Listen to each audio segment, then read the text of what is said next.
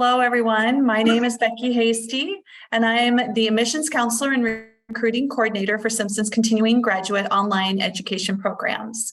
Thank you for joining us tonight. I'd like to start off with some housekeeping items. So just so everyone knows, this session will be recorded for future use. Please make sure that you mute your microphones, and there will also be a Q&A session at the end. So please have questions ready. Feel free to post them in the chat as well. Jennifer Miller, our Dean for Continuing Graduate and Online Programs, will be monitoring them for us. So now I'd like to introduce one of the co-directors, Tim McMillan. Thank you, Becky. Hi, everyone. I'm Tim McMillan. We're just going to quick introduce ourselves in terms of the folks who are here who are working as faculty members within this program. I am thrilled to have been with this program, as have my colleagues, since its inception in 2018. Prior to the beginning in about 2004, actually, I began working with Simpson College as the director of choral activities. I also direct a community ensemble here in the Des Moines area called the Des Moines Vocal Arts Ensemble. So thrilled to welcome you all here, and those of you who are joining us a little later in the recorded session as well. And I'll turn things over to Phil Moody, my colleague. Hello, everybody. I'm so happy to be here and glad for you guys to be able to talk a little bit about this program. We're just so excited to have you with us.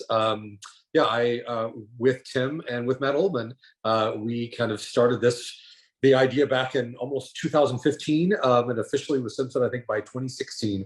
And are just thrilled to be able to make this reality since our cohort in 2018. And so excited to have you guys interested in the program and looking forward to chatting about it.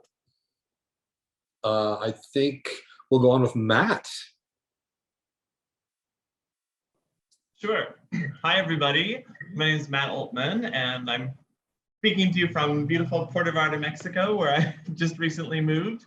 But I'm really excited to be coming back to Iowa, of course, in the summer. And I have been a longtime choral singer, was in the group Chanticleer and was their music director for a time before I moved into academia and taught at several places, UC Berkeley, Texas State, University of Nebraska, and most recently Shenandoah Conservatory. And I'm just thrilled to be part of this amazing team and hopefully to be able to meet you all this summer. Amy?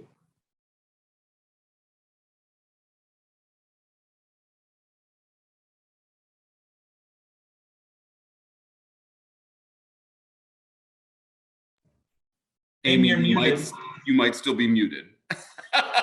Okay, I'll start over. Hi, Brandon. Good to see you again.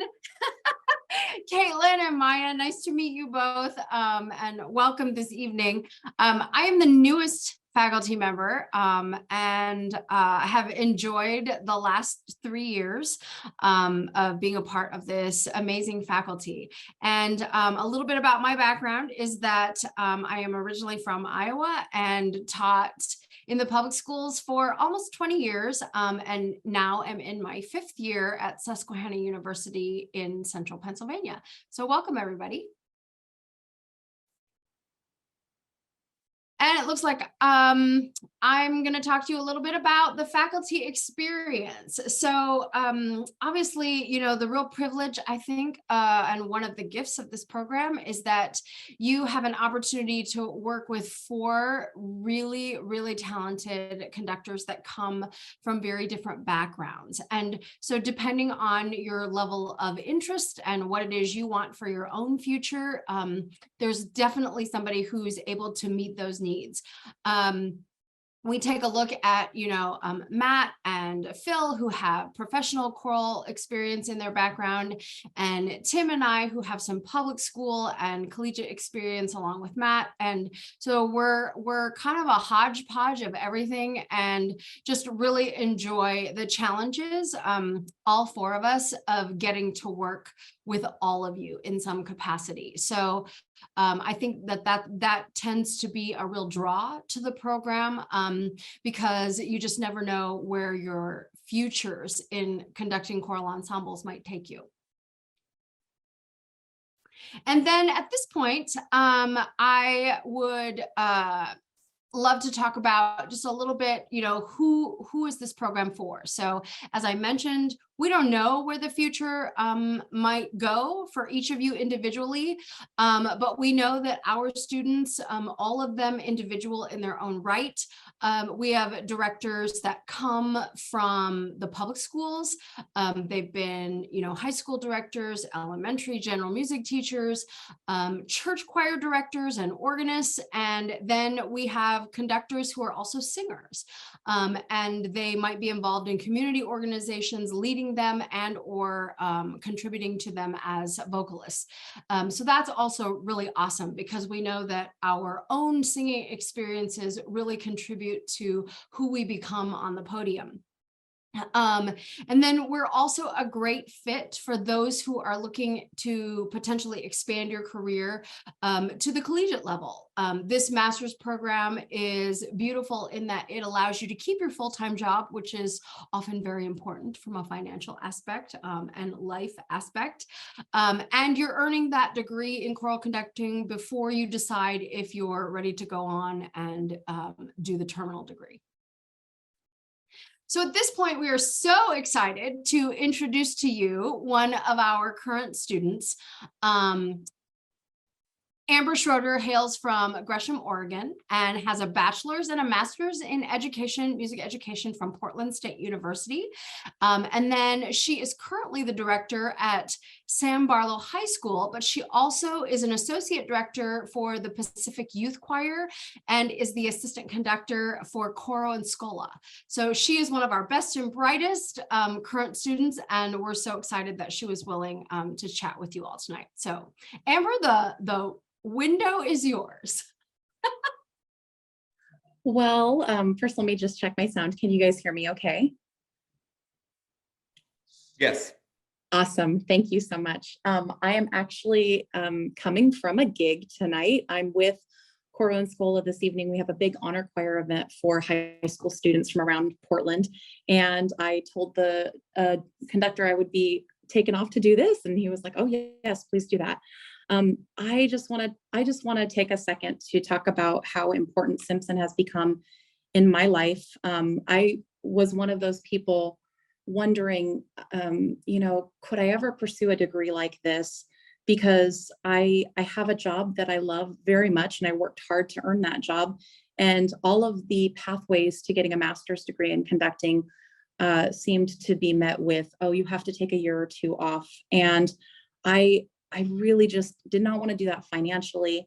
And I didn't want to do that for my family. I have a family at home, and I was looking for something like this. And if I'm being honest, I hope the directors out there, my teachers out there will forgive me for saying this, but when I first reached out and looked into Simpson, I thought that maybe I was taking an easy way out or something like that, because I wasn't going to go do a traditional master's program. I could not have been further from that, from the truth on that. This program has been rigorous. It has been challenging. It has been redeeming and rewarding in all of the right ways, and in ways that I could achieve and attain during the summer. We work our tails off during the summer, but it's so rewarding. I feel so much more confident in my knowledge. I feel so much more confident as a conductor, and going back into the classroom and in the choral conducting rehearsal. I have just, where I thought I would be exhausted at the end of the summer, I'm coming back rejuvenated and with all of these new tools in my toolbox. And every single instructor that I have met and worked with has helped me get there. And we, the cohorts at Simpson, we care about the faculty at Simpson so very much. They've poured into us and taken tons of one-on-one time with us, whether it be private conducting lessons, working with the professional choir, giving us tons and tons of podium time, more podium time than I have ever seen in a traditional master's program. And I see smiles, but it's just not what people think. And I think one of the big key features, and they'll talk more about this, I'm sure, is that when you walk into a summer with Simpson, you do not expect to be met with such world-class musicians that are in place and ready to go from the podium. These people know how to sight read. They're all excellent musicians, and we're able to do top-notch pieces and work with, just every type of piece, including ones that require strings for hire, and just the sky is the limit. And so I guess what I want to say is I have been just, how do I sum it up?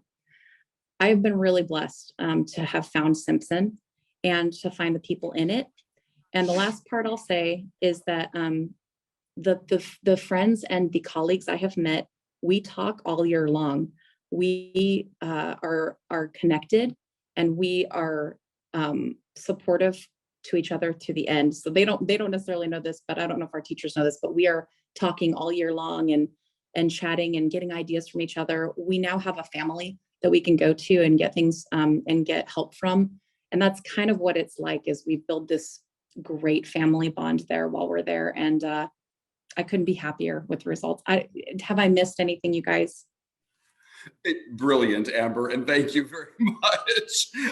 Because Amber is in the midst of a festival event, she's going to have to leave us. So we thought it would be appropriate, if there are questions specifically from a student perspective that anyone who is joining us would like to pose, we would be happy to entertain those now. Either you can put them in the chat or take yourselves off mute and ask those questions.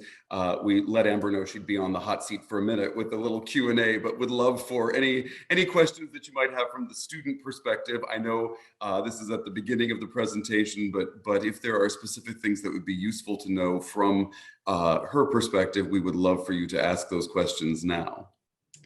And while you're thinking about that, I can tell you it's really interesting when we all arrive at Simpson. Everybody comes from different walks of life, like they said. My roommate that I ended up staying with the last 2 years, she started in an elementary position and now is a middle school teacher. I'm a high school teacher, and I work with some other choirs. So we're all kind of bringing different experiences in. But I would say that the atmosphere is not a negative competitive one. We're not out there fighting for jobs from each other or anything like that. It's really supportive. And so I was going to offer up also, if it's okay with you guys, may I leave my email here in case anybody wants to reach out? Is that all right? That's absolutely fine. And Brandon, did I see that you took yourself off mute like you might have a question? Kind of. It was a little bit more of, because Amber, I'm an artistic director of a community choir as well, doing that. High school director, I teach voice lessons, like kind of similar makeup to you. And so as we start going through this process, and I know we'll talk about it, of submitting videos and what they need to be, from your perspective of that process, did you go from the high school like in the classroom, or did you do like a concert and rehearsal outside, or does it? That's actually an interesting question, because I'm a COVID baby from this program. So I actually, and the thing is all the instructors come from such different walks of life as well, that they're understanding that we are all a different conglomerate of different positions and things. They actually accepted an online lesson that I did where I was teaching some warm-ups, a brand new warm-up to my class, and it was all online. But I think that the instructors can talk more about maybe what they did before COVID and after. But I believe that, you probably have something that you can draw from to submit as a video of your conducting that will be passable for your application. Awesome. Thank you, Amber. Yeah, you're welcome. Anyone else? Are there other questions for Amber, a current student in the program?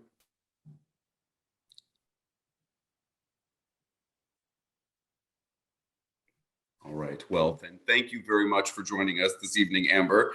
And she's on the West Coast, so I'll actually say good afternoon to you, and enjoy the remainder of your festival. Yeah, and I'll just say I really am interested in I didn't just come here because they asked me. Like, I have been going to them and asking, how can I promote Simpson, because it's such a rare program that I really want to get the word out for people like me.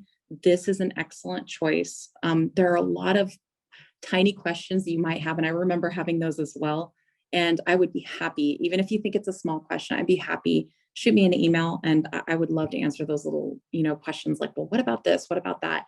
And I would be happy to do that. I really love the program, and I just want to gush about it some more. So with that being said, I might be saying goodbye here. Thank you, Amber. Yeah, you guys are welcome, and thank you. It was so good to see you all again. You too. All right, well, I think I'm next. I'd just like to follow up with Amber just to tell you a little bit more about Simpson College, if you don't already know it. So Simpson College is located in Indianola, Iowa, which is just about 15 minutes south of the capital of Des Moines. And three of us here, well, three of us are alumni, and of course we have two faculty members here. And Tim and Amy and I actually all were in school there together. And when Amber says, that's a rigorous program, I think that we have continued a tradition that was instilled in us at our time at Simpson College.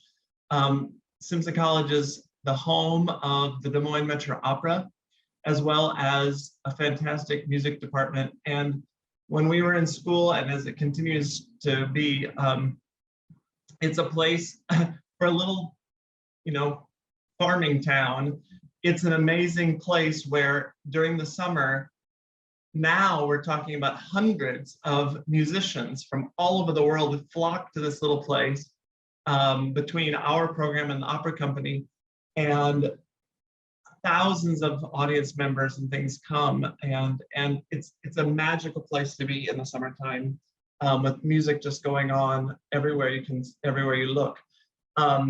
It's, as Amber was saying, we're pretty busy, so there's not a whole lot of time. If you're worried about what am I going to do in a place like Indianola, Iowa, don't worry about it. You're going to be busy.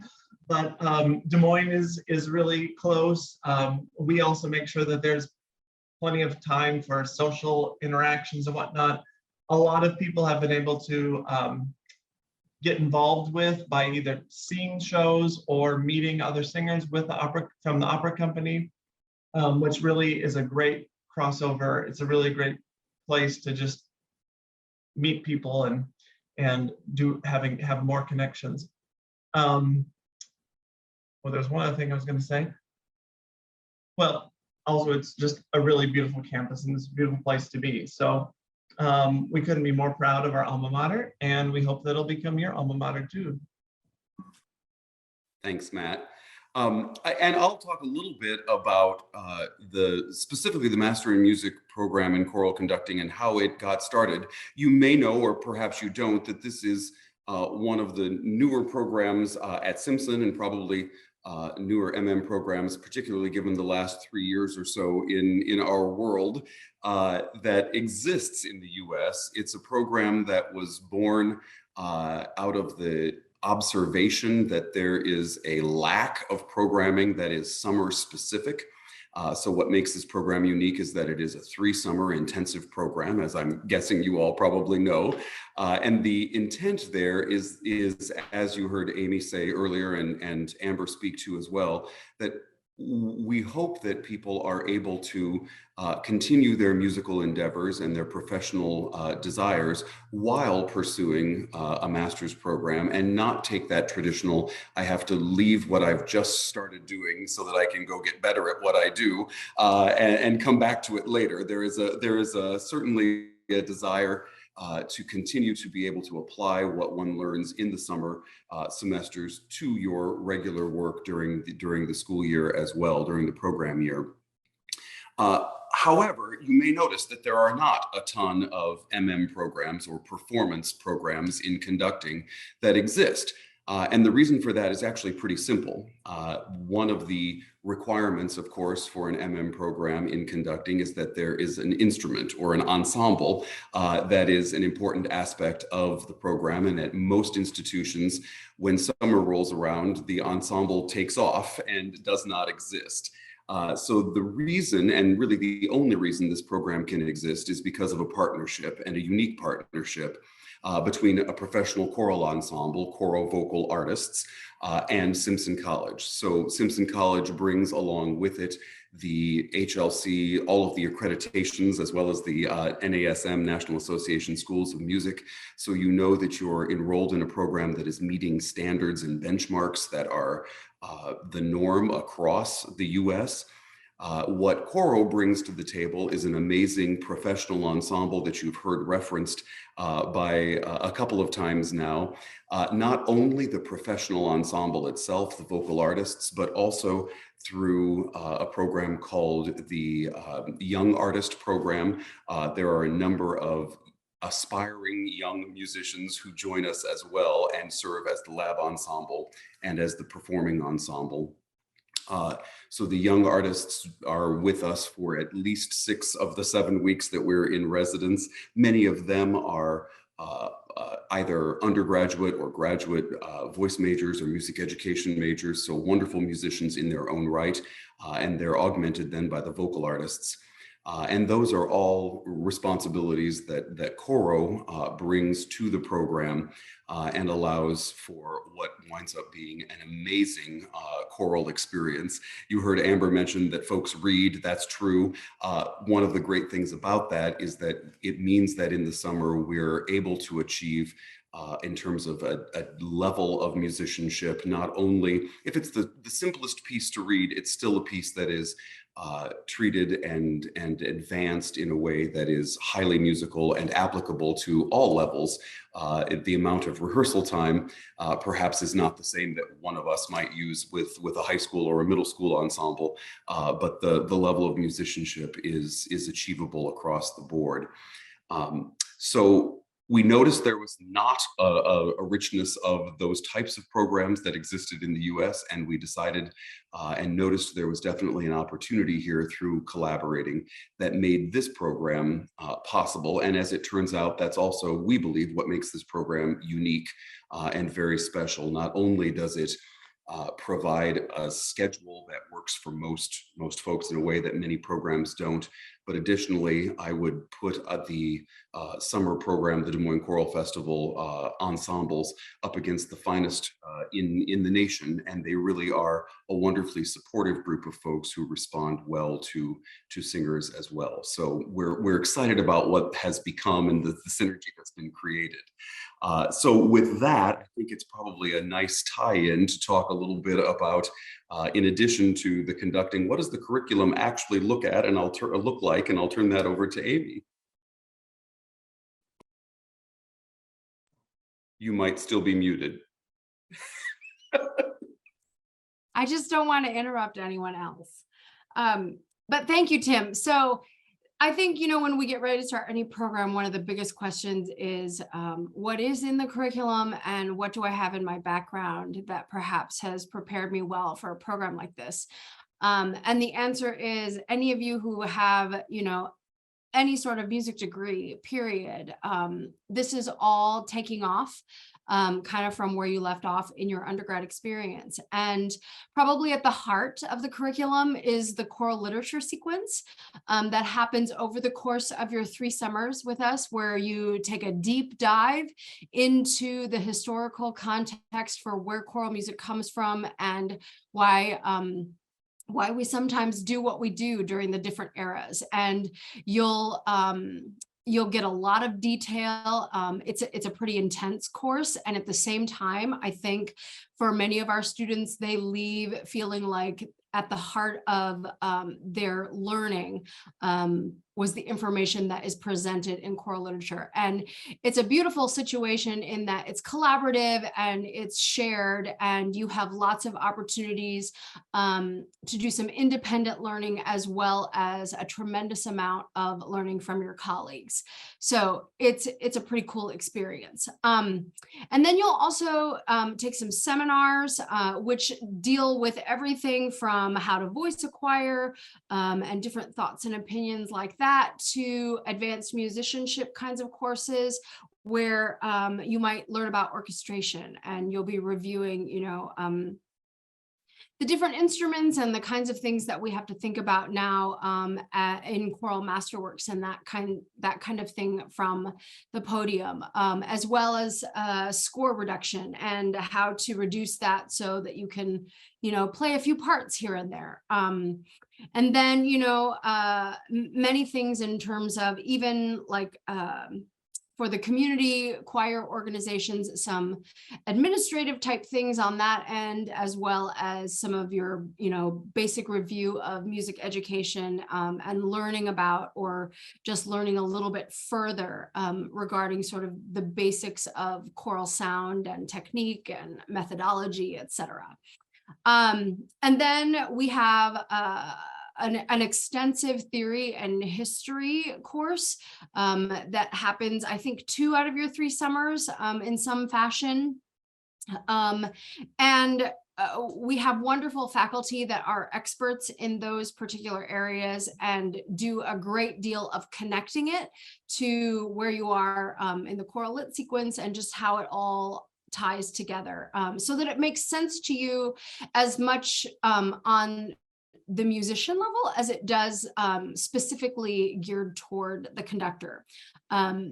And then finally, there's a lot of conducting. As Amber said, you're on the podium, if not every day, every other day for sure. And you're learning again when you're singing in the ensemble and you're watching your colleagues on the podium. And I know, at least in my experience, as I think about my grad school, which really wasn't that long ago, I probably learned as much from my colleagues in the field as I did from my teachers themselves. So it's a pretty cool experience from start to finish. And if there is something missing that you are curious about, we would certainly find a way to try and find that information for you, or infuse it or embed it into one of our courses in some fashion.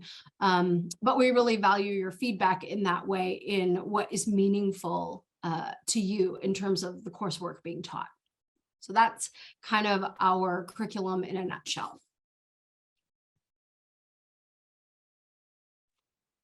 So I'll talk a little bit here about your podium time, and we'll also talk about the Des Moines Choral Festival. All of you, I now have heard that quite a lot, and from different people. Amber has mentioned, the professional ensemble and kind of their abilities, and Tim as well, with just this collaborative effort of how this program worked.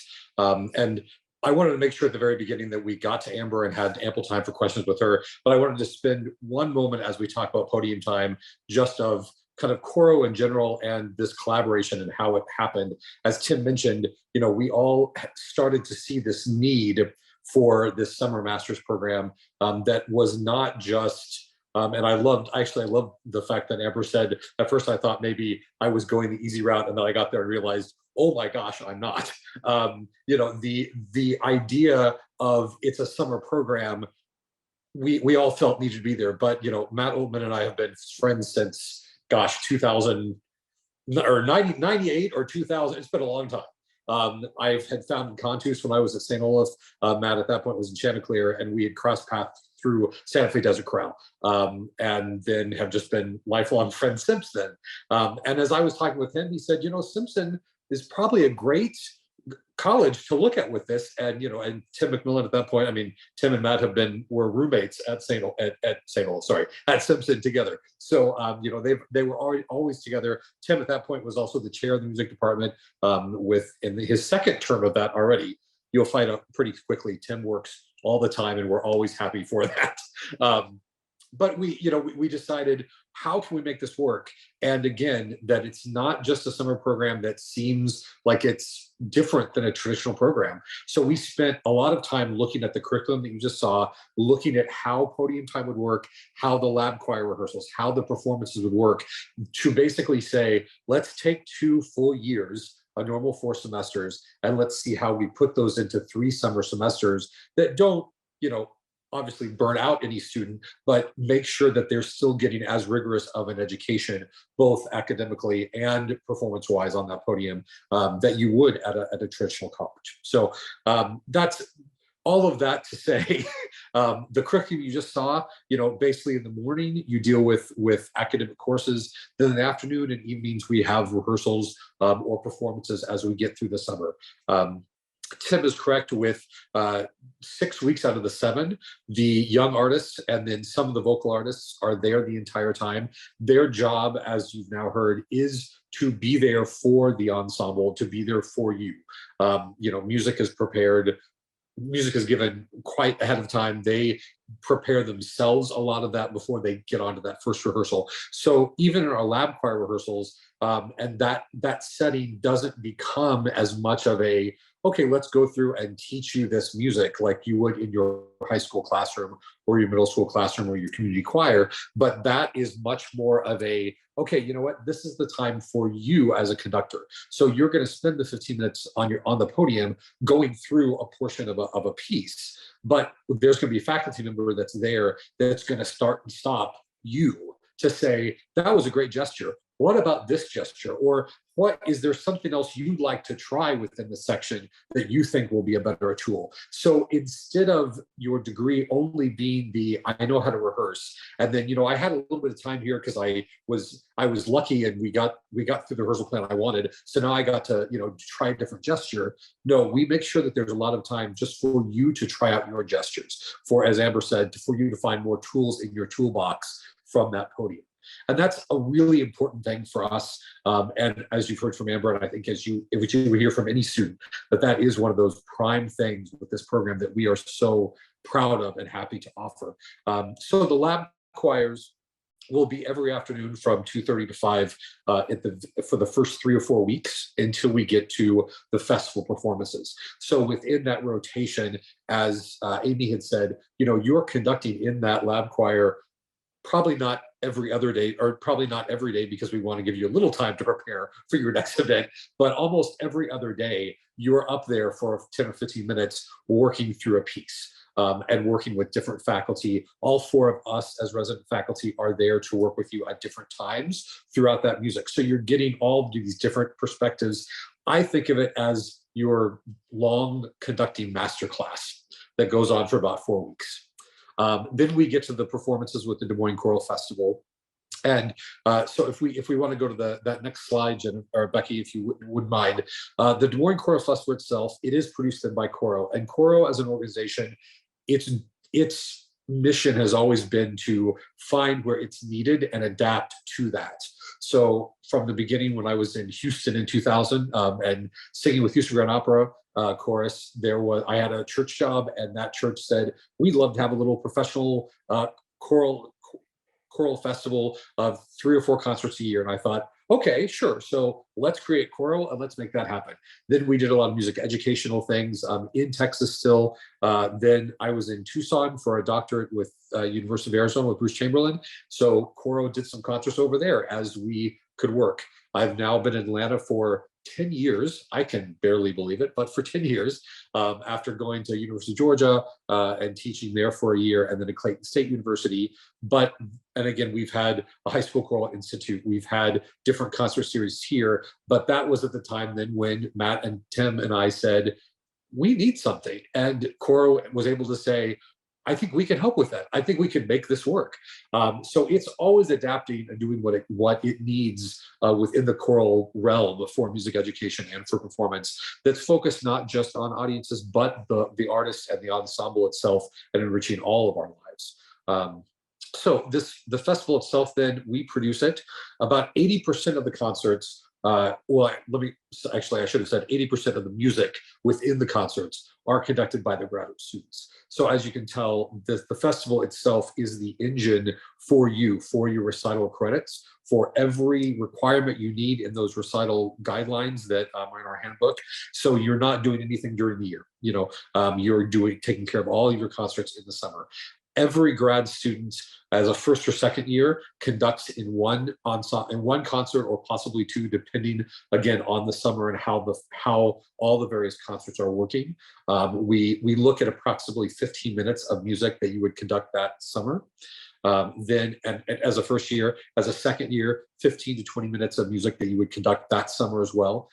In both of those instances, you're conducting then on a concert that we call our faculty-led concerts. So Tim or Matt or Amy or I would have a concert that we've programmed, and then the four faculty get together and say, okay, what students would be great for these types of pieces? And we look at the pieces that we think will help you grow the most. If you're really great at lyric, long, unaccompanied lines, you might only conduct one of those in your 3 years. But if what will really help drive you is to work through some rhythmic things or deal with pieces that are crazy that Chanticleer has done, that Matt programs every summer, which I'm always excited to do, and sing as well sometimes with, you'll conduct more of those things. So it's the point of them is not just to say, what are you great at? Let's put you in front of that ensemble so you can be great at that. But what will be the best for your growth and for you to get the most out of finding new gestures and finding new tools and learning new music yourself. And those are the types of pieces that we look at for you as a first and second year student. So you have increased your understanding of some of that music, and you've had the time in that rehearsal setting and that performance setting to experience it with having this supportive ensemble that we've all talked about. The young artists are there as people to support you, and I mean they learn a lot of music too, but they want to be there for you. The vocal artists as well. For them, it's during the year, the vocal artists, they will be doing, True Concord, Conspirare, Traffic Fire. I mean, I can go on with a list forever. And some of them do OBF in the summer and then come right to our festival right after that. They do that as a living, but all of them, and they're great colleagues of mine from other ensembles, all of them talk about this festival as well as such a wonderful environment where they feel like they can support you all so much, that their job isn't just to be there to just sing some music and make a great concert, but to learn from you, and to spend time with you, as Tim or Matt mentioned, on the campus, and just hanging out and let's all go to dinner one night. They want to know you more than just as a person on the podium. So that experience gives you the vulnerability, I will say, to really experiment with some things while you're in that college setting. So that's in a nutshell your podium time, and how the festival relates into that. And then I'll let Matt kind of talk more about our expertise and how all that works for you.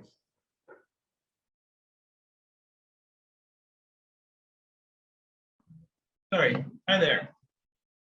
So yeah, I'll talk a bit about our various expertise, experience, and kind of how that relates to what you guys might be doing. So one question that you might have is, okay, maybe I'm a high school director, I'm a church director, I conduct a community ensemble, and yet now I'm going to be leading a group of professional singers. And the question might be, how does that relate to my everyday life? And I guess the best way I can put it is that I think that in order to really expand your boundaries and really to push your boundaries is to be able to work with an ensemble of this level, because then when you do go back to your younger students or to your community members or to your church choir, you have a different perspective on things and you're able to really inspire them to think greater. I think that we try to provide, rather than trying to scrape together a group of singers, which I think Amber was mentioning this a bit, which oftentimes is the case in a master's program or any graduate program, where you've got to sort of pull an ensemble together to get a recital going. We, on the other hand, we give you the gold standard. We give you, you know, an ensemble on a platter, and you get to drive the Cadillac for a while, and you get to, you know, really test it out, and then you get to see all the things that really worked, and hopefully inspire you to dream higher and aim for greater things in your own situations. So I think it definitely relates to what you're able to do.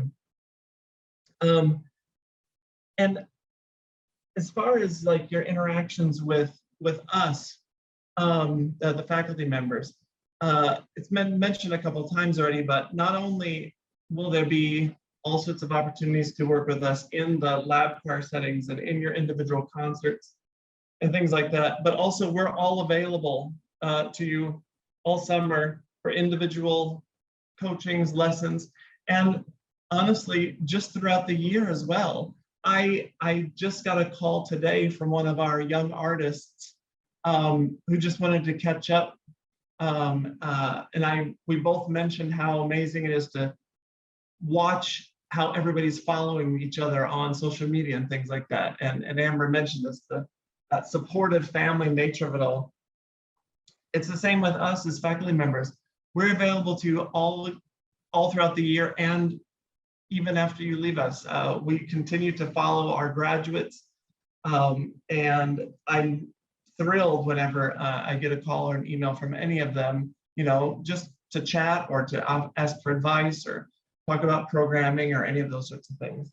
So there's definitely lots of opportunity to interact with all of us.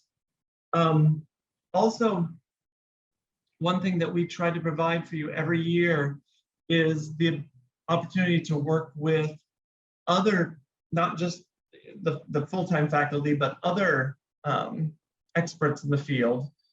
We've had several different distinguished professors of choral music and directors and composers and whatnot come in and work with us, provide masterclass opportunities, provide feedback with, especially with the composers with new pieces, or other experts in any number of a variety of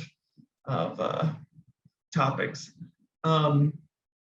And also with our orchestral players, we always try to provide opportunities for you to work with instrumentalists.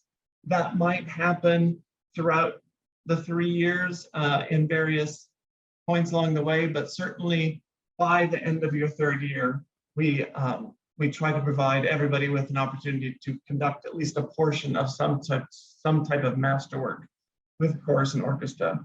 In fact, we really track everybody's progress to make sure that throughout your 3 years, everyone has the opportunity to conduct music of all different eras and all sorts of different configurations, accompanied, unaccompanied, with orchestra, you know, and you name it, and of all sorts of different types.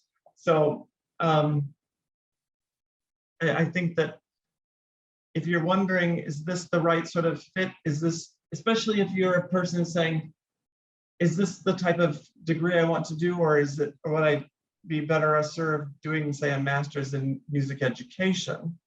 The big difference would be here. This is a performance degree. You know, your main focus is your podium time. It is your getting to know and wrap your mind around performance practice and choral literature and the theory behind it and stuff like that.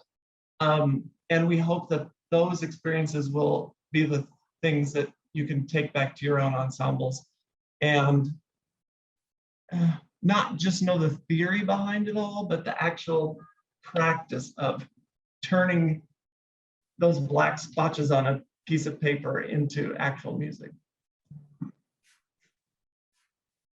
Thank you, Matt. And perhaps a nice segue is the idea of a 3-summer residence, and not simply, I mentioned before, the ability for our students to continue to be engaged professionally as they are pursuing this degree, but also really the integration, I think, in a very intensive format of the academic work with the conducting experiences. So often in a typical semester format or in oftentimes our own lives even. We work for extended periods of time, and then we have the intensive performance area, and we go back into the, oh gosh, it's the first rehearsal and we're going to start over reading everything, and we move to the intensive performance time a couple of months later. That all of that information is truncated in a summer residency and accelerated in many ways. So the beauty of that comes in the fact that while you're studying choral literature, while you're engaging in choral diction practice and refinement, while you're studying music theory and the ways you might create a Roman numeral or a narrative analysis of that music and think about that music from the perspective of a music theorist, you're also applying all of that information simultaneously in afternoon rehearsals and lab choirs, rehearsals that lead up to public performances, and in your own public performances. So one of the things that I think was alluded to earlier is that unlike many institutions, this is the only Master of Music program that Simpson College supports. So when you are enrolled in this program, you are enrolled only with Master of Music and Choral Conducting students, meaning that all of the coursework, while it is still the breadth that one would expect in a graduate degree program, is really geared with the idea from all faculty members that the students sitting in the classroom all have a shared common interest, and that is conducting choral music. So when you're taking a look at music theory, in many ways that music theory course is being described and introduced from the standpoint of how it is useful to all of us as choral musicians. The same is true from a historic performance practice or a music history perspective. Obviously, the diction and the vocal pedagogy courses from the chorals perspective are really the intent behind these courses. And so you see all of that come to fruition within your work with ensembles during the course of the intensive summer. I will mention that there is no online or during the academic year coursework that is required of the program. There are certainly, as Matt mentioned, opportunities. I just had a conversation last week, as a matter of fact, with one of our graduates about programming an entire concert, and he was stuck. He needed some ideas. I don't know that I had great ideas, but I had suggestions anyway. And we had a wonderful conversation about what some alternatives to some programming opportunities. We all love the opportunity to come out and hear our students and our former students in real life, working in clinic settings and in residencies with their ensembles as well. So certainly, and as Amber mentioned, I know that a number of our students to this day, even the first cohort who began in 2018 and graduated a couple of years ago, are still in continual conversation, bouncing ideas off one another and enjoying the community that they've created. So to that end, the learning goes on and on and on. However, the actual academic coursework and the conducting responsibilities for the program all reside within the 7 weeks of the summer program. I would mention also that the overview of the sort of concert and schedule and the coursework that exists is such that the concerts really are spread over the last 4 weeks, usually, of our summer session, meaning that there's enough time to sort of get the ensemble assembled and some rehearsals in. But then the weekends are filled generally with up to 2 performances per weekend. The academic coursework begins right away in the first week and will run all the way to the final week with some time for finals at the end as well. So there certainly is a good portion of the summer when both academic coursework and performances are happening. That might look like an evening rehearsal and a day full of classes. It might look like, for an individual conductor, we are conscious in our scheduling that no one can really go from 8:30 in the morning until 9:30 in the evening and then turn around and repeat that the next day in terms of classes and rehearsals. So there are intentionally some large blocks of time when if you're conducting an evening, for instance, the afternoon session will not be one on which you need to conduct or attend. So there is built-in time for students to really do the academic work and the research that they need to do, and simply the processing, the review of the rehearsal they did the previous day. But that's an important aspect of sort of the cadence of the week. That being said, we try and maintain at least one day off, preferably two, for the singers and the students as well in the course of a week. But we know that especially as we get into the heavier parts of the performance, becomes a bit of a challenge. You see a slide in front of you that talks a little bit about the dates. So if you're interested in how those dates work in over the next 3 summers, we are aware that basically somewhere within the second week of June through the end of July has been our program's in-person residence time. The purpose for that really, occasionally we do have folks, if you're on a coast or in a state that's a little different in terms of its school cadence or something else, we have had students who needed to be with us virtually for the first day of classes or even the first 2 days of classes. If that's a concern, certainly don't hesitate to let us know. We can be somewhat flexible, and we're an awfully creative crew. But they are the dates anyway that are our general program dates. We do find that most schools are getting back into something that resembles responsibilities in August. So our desire is to try and be wrapped up by the beginning of August in most usual weeks. Usual summers. We also, you saw our listing earlier of the courses that you'll take each summer. So that does wind up being 12 credits in a 36 credit overall program each summer. By the time you get to the end of the program, some of those credits are oral comprehensive exams and recital credits throughout the summer as well. So there are some performance-oriented credits as well as a number of academic credits as well. And I think, Becky, probably the next slide talks a little bit about, this is just a review of what I think you've seen prior. The coursework, as you heard Amy talk about, does include literature and conducting and all things that you might expect. I would just draw, I mentioned a second ago, the oral comprehensive exam is a 1 credit experience at the end of the program. As a performance degree, it paired with your graduate choral recital, your conducting recital, serve as the capstone experiences. So we do not require a thesis or any written document with this program.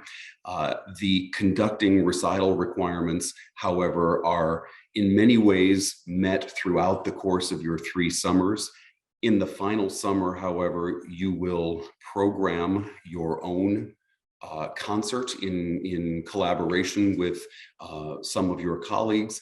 And that, of course, will be faculty observed and faculty coordinated, but in the end, we move from what I believe Phil mentioned early on, what we call conducting faculty-led concerts, where the faculty is programming and assigning you works to an experience in your final summer, where you are programming works that are meaningful to you in collaboration with a theme created by some of your colleagues and with a faculty supervisor. So that makes up the entirety of your conducting experience over the course of 3 summers. The admissions process, you've met Becky briefly at the beginning of our session today. Let me just say she is your go-to for all admissions process questions, but there's a very simple online application. We do ask for a bit of information from you in terms of a personal statement that talks a bit about your inspirations and your desires.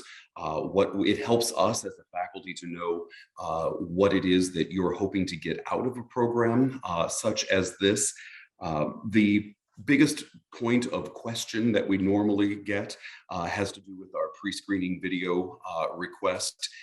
We do ask for 2 videos.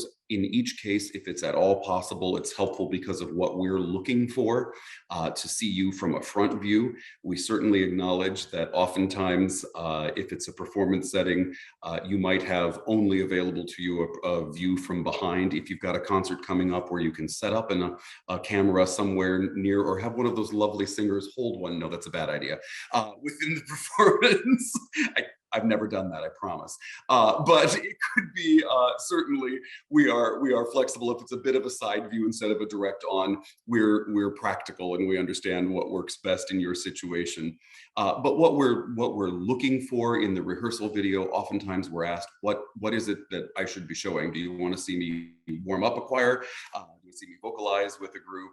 Would you like to see a first read of a piece and then see the performance? It's always educators who think this way. First read and then see the performance at the end, or we can see the full cycle of the curriculum. Sure, we're open to any of that. I think the point is that we want to see in that rehearsal video that you are accomplishing something in your rehearsal, so that when we hear the first sounds of the ensemble, whether that, it's up to you, is tone, whether that is precision, whether that's accuracy, it does not need to be a professional, in the end, finished product. But what we really are looking for is how you interact with the ensemble and what progress that ensemble makes under your direction. So to the extent that that's helpful, our goal there is not to adjudicate the level at which this ensemble is performing. It is simply to evaluate your effectiveness and your working with that ensemble. Similarly, in the performance video, we oftentimes get, this is my first year at a school or with a community group. We're still a work in progress. Well, so are we all, and we certainly understand that as well. What we are, again, looking to see is your effectiveness given the level of the ensemble on the podium. I've actually heard from a prospective student at one time, I should wait a year because I'll have a better ensemble next year. I don't have a great balance in the bass section this year. Please don't let that be the thing that prevents you from submitting a recording in your pursuit of your own growth. That is not our concern, and that is not the primary thing that we're listening for in those videos. So along the way, if you get into a situation where you're debating about a couple of things, by all means, reach out. Any one of us would be happy to speak with you about that. Becky would also be happy to connect you with any of us or answer those questions as well. So in a nutshell, that's the admissions process. When all of that information, and generally for folks, it's the last, by the way, I guess I should say this as well, feel free to complete the application process up until the screening videos. If that's the last thing that you have, got a concert coming up in early December or something, great. Go ahead and complete the rest of the application process. As soon as the final pieces of that process are submitted, we have a rolling admissions evaluation. So the admissions committee, our faculty will meet and get you a response as quickly as possible. So there is not a firm, we won't consider anyone until such and such a date. So the sooner you their the application, the sooner you'll hear from us and have an idea about what your future plans for the summer will be. So there's also the matter of some financial assistance and administrative fees that come through. You see on the screen here, and I believe this is on our website, hopefully fairly clearly as well. Tuition is $800 a credit, which I mentioned earlier, you are enrolled in 12 credits per summer. There are some additional fees there. The recital fee each summer goes to offset the cost of the time that you might be on the podium in front of a professional orchestra, in front of a professional ensemble. I'll just share that in my own experience, and I think it's probably true for all four of us, our graduate experience is probably varied. In my particular experience, I decided I wanted to do a piece with 3 instruments. There were not other graduate students available at the time, so I wound up hiring my own players as part of my master's as part of my doctoral degree recital, as a matter of fact. The $500 a term recital fee in the case of the level of musicians and the dedicated musicians you'll have working with you, I would say is a steal in comparison to even a few years ago. Yes, it was a few years ago. The fees that I encountered, or the favors you had to pull in from other folks, which meant singing on 25 other recitals as well. There is housing available on campus. If you're not familiar with the Des Moines or Indianola area, Des Moines is about anywhere in the downtown area, is probably 25 to 30 minutes from campus. We're only 12 miles from the south side of Des Moines, but apartment housing in Indianola or Airbnbs in Indianola are not plentiful. You certainly are welcome to take a look at those opportunities if that's something that interests you. Certainly if you're a local person or have a friend or family member in the area, we do have a number of students who will drive back and forth from Des Moines. That is certainly possible if you have a vehicle. But if you're interested in on-campus housing, which quite literally puts you across the street from the music building, that is available from Simpson. Typically those are double occupancy, 2-bedroom apartments that are available as well. So certainly Becky can help you with some details about that as that moves along as well. Which I think then I'll hush after I'm done with this last moment. There's one last topic, and that's that financial aid is certainly available for this graduate program, as it is an accredited program. I will stop talking at that point and simply say, please talk to our financial aid specialists, as they have all of that great information, and that additionally, there is a deadline that we have published of March 1 for what we are calling a preferred admission, which simply by applying and completing your application by March 1, you are indicating to us that you would like to be considered for an administrative stipend, which is a small, by small, I mean, many institutions have either an out-of-state tuition waiver or a graduate assistantship or a teaching assistantship. Because we are a summer program that does not offer undergraduate programs during the time that you are here, those things don't make a lot of sense at Simpson in a summer program.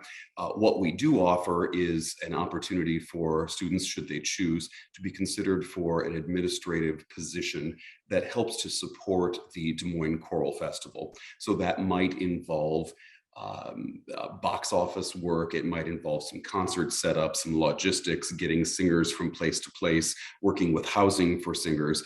So truly an administrative aspect. We typically say that that amount helps to offset what the cost of housing for the summer might be. So we're not talking about a $10,000 award or anything along those lines. However, if that is of interest, we can certainly consider your application in that realm if it's received by March 1st as well. So with that, I feel like I've talked a lot here at the end.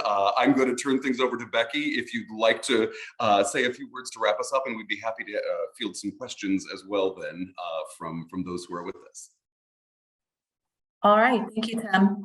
So like Tim said, yes, you apply today, get online, get that application filled out. You will definitely then get all the necessary items that we need for the application in. And once that's done, it'll go to the committee review and and get your FAFSA.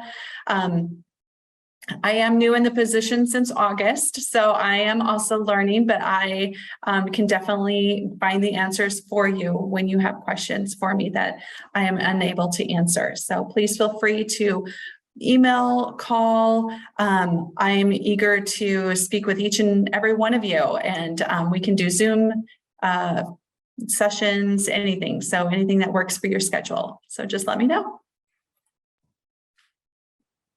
Thanks, Becky. And are there questions for Matt, Phil, Amy, myself, or Becky that anyone would like to ask, you're here. We're thrilled that you're here. I recognize a few names, which is great, but we would love for you to introduce yourself and to let us know what other information would be useful to you. Caitlin, go right ahead, please. I'll start.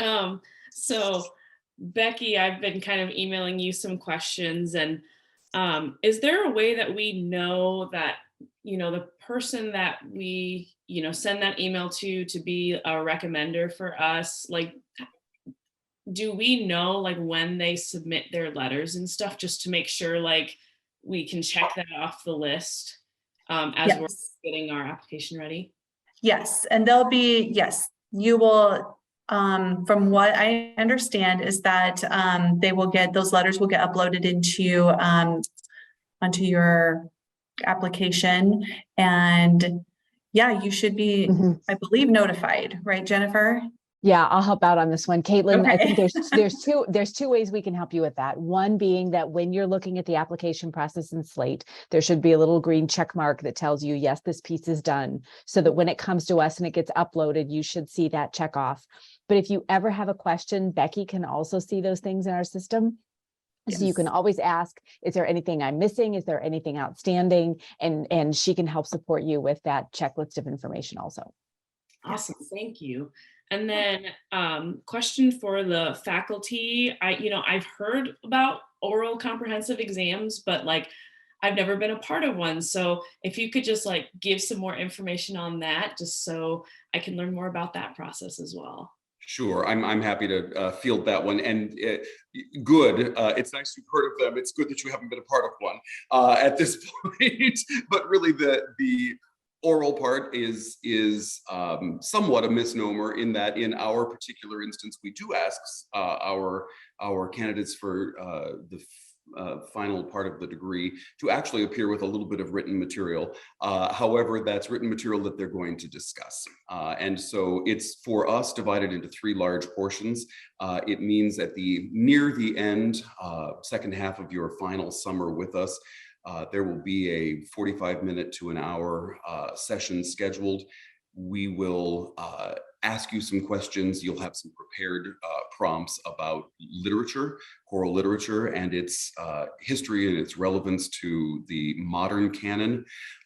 That is drawing largely from the work that you've done over 3 terms in the choral literature course, of course. So all of these questions would be related to the coursework that you've completed during the course of the program. Another portion of the program has to do, or of the oral comprehensive, involves taking a look at some scores that you hopefully have never seen before in your life. We work very hard to find obscure pieces, but just talking with us about what you see and what you would assume either in terms of composer or in terms of era, what you're noticing in the scores. So giving us as much information as you can, again, based largely from your theory work, your music history work, and your choral literature work. And finally, a portion of the discussion centers around a prepared piece that you've been given, generally a choral orchestral work. We'll ask you for an analysis of the score and a discussion about how you might approach rehearsing it in your own specific situation. Some top 2 or 3 things that you would hope to bring to life within that work, and really a discussion about how you would apply everything that you've learned and experienced to that real life experience. So those items are listed also in our handbook and will be shared with you in a syllabus long before you ever get to actually needing to prepare for that. But so that's the sum, however, of what an oral comprehensive exam for this program looks like. Awesome, thank you so much. You bet. Are there any other questions before we wrap up tonight? Actually, I have a question. This is not Maya, but Maya just had to leave for rehearsal. But she asked me to ask you all a question, which Amy has already answered, but her advisor insisted on getting the answer from everyone. Maya is a senior still a senior at Eastman School of Music, and she wanted to know, she's taken a lot of conducting classes, and she's been a substitute teacher, and she's done a lot of conducting work in the school, but she's not really starting teaching until next September. She and also her advisors wanted to know, is it this program appropriate for her, or should she wait a few years and get experience before starting it? I think I jump in for a moment with that and just say that I think it's a perfectly appropriate program for her. One of the, actually in our first cohort, 2 of our students had just finished their undergrads at Simpson College and came directly into that master's program before they had taught. And I think one of the other joys about this program, and a real jewel that we haven't really talked about as much, is the fact that it is 3 summers. So as Amber had said a little bit with her talk of the fact that then every summer she goes back to her school and she has more tools to work with. The fact that Maya now would have a little more education and more podium time before she started teaching, and then within the first 3 years of her teaching, she's getting more education every summer, I think is just going to benefit her even more. I mean, I shouldn't say her herself, but benefit any student, any more. Every single time they go back for that year, when you're working with people, you're going to have more questions, and you're able to come back the next summer and ask those questions and get more answers, instead of having to have all your questions ready at the beginning of a 2-year master's degree and then go forward. The other question was just if she should wait a few years. And I think, honestly, to me, I think that really is something within a certain student in terms of how they feel comfortable on the podium so far, and if they are ready to, if they're really ready to be vulnerable still, and learn at that master's level while they're beginning their teaching career. I think it's perfectly appropriate, but I think that is maybe a per student thought. I don't know, Tim, did you have anything else? It'd be wonderful. That was exactly what I was going to say. And it may be perhaps as context, in addition to in that first year cohort is a wonderful example back in the summer of 2018, in addition to folks who were brand new, or even a number of students who were maybe 3 or 4 years out of their undergraduate programs, we also have had within the program the other end of the spectrum, folks who are in their late 40s and in their 50s, who are coming back to a master's program, a graduate program at a different phase in life. And it's interesting to me that the strengths or perceived strengths of students based upon where they are in the life cycle changes. Folks who have been out of school a long time are quite a bit more concerned about coming back to a theory class or coming back to actual academic work and being graded, those sorts of things that students who are just completing an undergraduate degree are feeling much more comfortable about. But what they bring with them is a lifetime of experience. So it's really wonderful to see those varying levels of expertise and experience meld together. And that's what makes the community really effective. Yes, I think that it is completely appropriate. And we've seen students who are wonderfully successful and have been able to take the next steps in their careers right away. And as Phil said, one of the things I love about a 3-summer program is that every summer students come back, regardless of where they are in their cycle of education. They come back with new and perhaps more probing questions that are much more appropriate to their own lived experience. And that it's never too soon for that. Thank you. By the way, Joe, also wanted to remind Becky, you mentioned you were going to get her in touch with Tim at some point. So great, I'll reach out. That's wonderful. Yes. Because I know she wants to actually talk to you. Great, and that's a great time. Unfortunately, she had to run out to her. Happy to do a Zoom call or anything along the way. So yes, I'll reach out. Thank you. Thank you.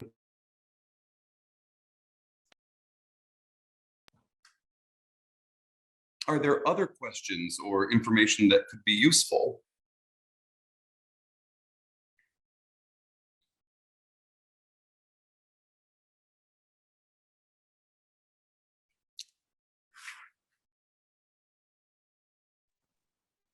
Well, I would just like to finally say again, thank you so much for joining us. It's just been a pleasure.